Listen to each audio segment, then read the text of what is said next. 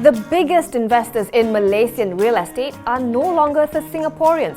According to the Financial Times, the Chinese have overtaken our neighbour across the straits, pumping in $2.1 billion over the past 3 years.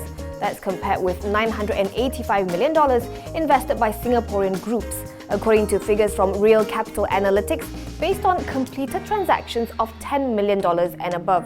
Mainland investors are seeking bargains elsewhere amid soaring property prices back home.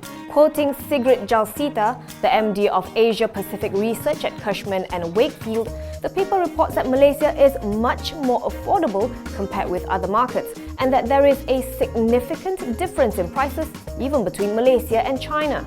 Closer political ties between Putrajaya and Beijing also boosted the figure, and the Malaysia My Second Home program is another big factor. Some 8,000 Chinese citizens having been granted the right to live indefinitely in Malaysia under the program, they are the single largest nationality to have taken advantage of the policy. Bank Negara may raise its OPR by 25 basis points by year-end on rising inflation, an improved economic outlook and volatile capital movement in anticipation of US interest rate hikes.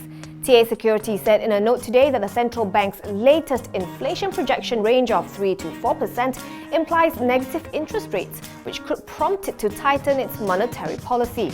It says it's possible that BNM may increase its OPR to 3.25% by the end of 2017. Bank Negara will announce its next monetary policy decision on May 12.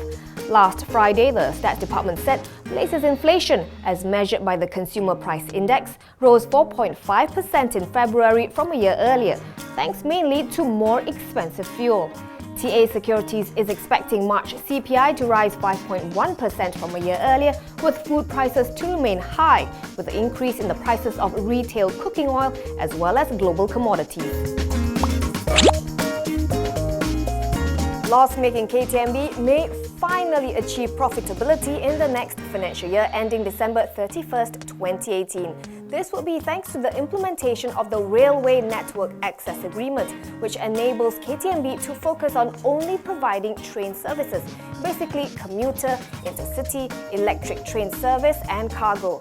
How it works is that KTMB will transfer all its rolling stocks, rail assets and lands to Railway Assets Corp, which is wholly owned by the Transport Ministry. Railway Assets Corp will handle all the maintenance and lease back these assets to KTMB. It currently holds assets worth some 8 billion ringgit. KTMB has been recording losses since its corporatization in 1992, though it did post net profit of between 9 million and 15 million ringgit from 1993 to 1995.